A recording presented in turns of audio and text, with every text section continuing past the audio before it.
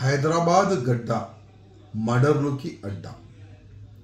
ఇవాళ మనం చూస్తున్నాం ఈ ఒక్క నెల అంటే ఈ జూన్ నెలలో ఎన్ని మర్డర్లు అయినాయి హైదరాబాద్ ఓల్డ్ సిటీలో కానీ చుట్టుపక్కల ఏరియాలో కానీ. నైట్ పూట 2 గంటల వరకు 3 గంటల వరకు 4 గంటల వరకు పొద్దుగాల వరకు షాప్లు ఓపెన్ పెడుతున్నారు, హోటళ్ళు ఓపెన్ పెడుతున్నారు. దానికి కంట్రోల్ చేయడానికి మర్డర్ లేక కావద్దు, దానికి కంట్రోల్ చేయడానికి పోలీసు వాళ్ళు వాళ్ళ స్టైల్లో వాళ్ళు పనిచేస్తున్నారు.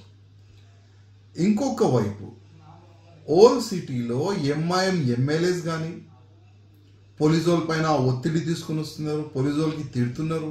అది బయటకు వస్తలేదు కానీ తెలుస్తుంది కదా. ఎందుకు షాపులు నువ్వు బంద్ చేపిస్తున్నావు, నువ్వు లా అండ్ ఆర్డర్ మెయింటైన్ చేయకపోతే ఇక్కడ నుంచి ట్రాన్స్ఫర్ చేయించుకో, లేకపోతే మేము ట్రాన్స్ఫర్ చేపిస్తాం. ఆ విధంగా కూడా బెదిరిస్తున్నారు ఈ ఎంఐఎం ఎమ్మెల్యేస్. ఒకవైపు ఈ ఎంఐఎం ఎమ్మెల్యేస్ ఉన్నారు, ఇంకోవైపు అసదుద్దీన్ ఓవైసీ. నీ పార్లమెంట్ క్షేత్రంలో కదా ఎక్కువ మర్డర్లు అయినాయి. మర్డర్ ఎవరిదవుతుంది, అది నీ కులమూలే కదా, నీకు కనబడతలేదా? దానికే కంట్రోల్ చేయడానికి పోలీసు వాళ్ళు యాక్షన్ తీసుకుంటున్నారు. నైట్ పూట అక్కడిక్కడ ఎవరైనా కూర్చుంటే వాళ్ళపైన యాక్షన్ తీసుకుంటున్నారు. హోటలు నైట్ పూట ఈ ఓపెన్ పెడితే వాళ్ళపైన యాక్షన్ తీసుకుంటున్నారు. నీకు బాధ అయింది, నీవులే కదా సస్తున్నారు, మీయోలే కదా సంపుతున్నారు. కానీ పోలీసు వాళ్ళ పైన ఒత్తిడి తీసుకొని రానికి అసదుద్దీన్ ఓవైసీ కానీ వాళ్ళ ఎమ్మెల్యేస్ కానీ బాగా ప్రయత్నం చేస్తున్నారు. వాళ్ళ ప్రయత్నంలో ముఖ్యమంత్రి కూడా భయపడి పోలీస్కి సెట్ బ్యాక్ చేయిస్తారేమో అని నేను అనుకుంటున్నా.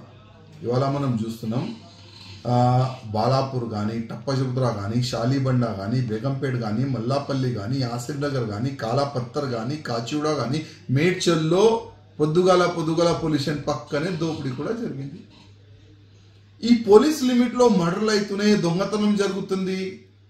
టోటలీ లా అండ్ ఆర్డర్ చనిపోయింది తెలంగాణలో, టోటలీ చనిపోయింది. భయం లేదు. ఇప్పుడు మర్డర్లు చేయొచ్చు, దోపిడీ చేయొచ్చు, దొంగతనం చేయొచ్చు, కానీ భయం లేదు వీళ్ళకి.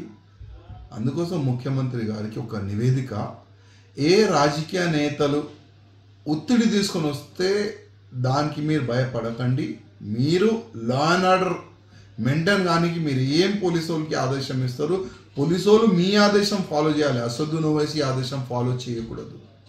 అదే నా ఒక నివేదిక.